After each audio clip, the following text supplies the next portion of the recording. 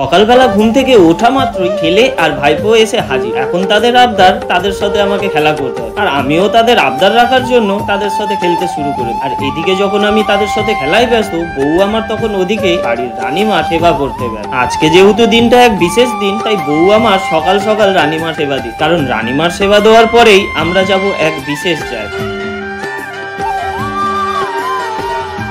তাই বউ আমার রানীমার সেবা দিয়ে উঠেই তড়িঘড়ি করে এসে ছেলেকে রেডি করাতে শুরু করে। ছেলের রেডি হতে না হতেই নিজেও রেডি হয়ে গেল, আর এদের দুজনকে রেডি হতে দেখে আমিও তাড়াতাড়ি করে জামা প্যান্ট পরতে শুরু করি। তো তোমাদেরকে তো বলাই হয়নি আমরা যাচ্ছি টা, যেহেতু ছেলের জন্মদিন তাই আমরা আজকে যাব কালীঘাট মন্দিরে ছেলের জন্য পুজো দিই। যদিও বা তোমরা কিছু রিলস আর পোস্ট দেখে বুঝতেই পেরেছো আমার ছেলের জন্মদিনটা কবে, তবে সময় আর ব্যস্ততার অভাবে এই ব্লগটা আমার রেডি করতে দেরি হয়ে গেল। যাই হোক, তোমাদের সাথে কথা বলতে বলতে এখন দেখো ফাইনালি চলে এসেছি আমি কালীঘাট মন্দির। আর কালীঘাট মন্দিরে এসেই আমি মায়ের পুজোর জন্য সমস্ত কিছু কেনাকাটি শুরু করে দিই। আর পুজোর জন্য সবকিছু কেনাকাটির পরে যখন আমি মায়ের মন্দিরে প্রবেশ করলাম, তখন তো আমার কপালে যেহেতু ছিল শনিবার, তাই মায়ের মন্দিরে ভক্তদের ভিড়ও ছিল বেশ।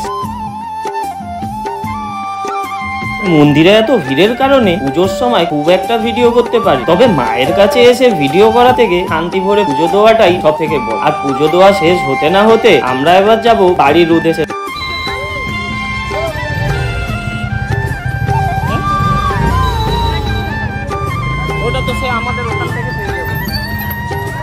আর বাড়ি ফিরতে না ফিরতে এইদিকে বউ ছেলে ভাইপো মিলে নতুন সব খেলনা নিয়ে খেলতে বসে গেল।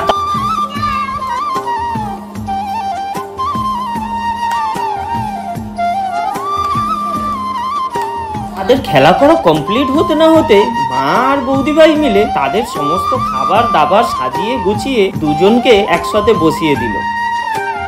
ছেলে আর ভাইপো দুজনেই যেহেতু খুব ছোট, তাই বাড়ির কেউ কিছু আনলে দুজনের জন্য যেমন সমান আনা হয়, তেমন জন্মদিনই হোক যা দুজনকে কিন্তু সমান ভাবে দেওয়া হয়, কারোর মনে কোনো রকম কষ্ট না থাকে। আর এদিকে যখন ভাইদেরকে সাজিয়ে গুছিয়ে খাবার দেওয়া হচ্ছে, তখন আমার অ্যাসিস্ট্যান্ট মন খারাপ করে তার মায়ের কোলে বসে। তবে অ্যাসিস্ট্যান্ট ছোট হলে কি হবে, এও কিন্তু তার ভাইদের জন্য গিফট এনে। আর এদিকে যখন ছেলেদের খাওয়া দাওয়া পর্ব চলছে, তখন আমার মাথায় এক বিরাট বড় কাল রাতে যে পার্সেলটা অর্ডার দেওয়া হয়েছে তাকে আসবে, তো কারণ একটাই যে হচ্ছে তুমুল বৃষ্টি যদি না আসে। আর আগের দিনটা যেহেতু তাদের কাছে স্পেশাল, এটাই আমার কাছে সবথেকে বড়। তবে যাই হোক, ঘুম থেকে উঠে সন্ধ্যাবেলা দেখে ফাইনালি পার্সেল দুটো চলেই এসেছে। আর পার্সেল দুটো আসার পরে ছেলে আর ভাইপো মিলে খুব খুশি।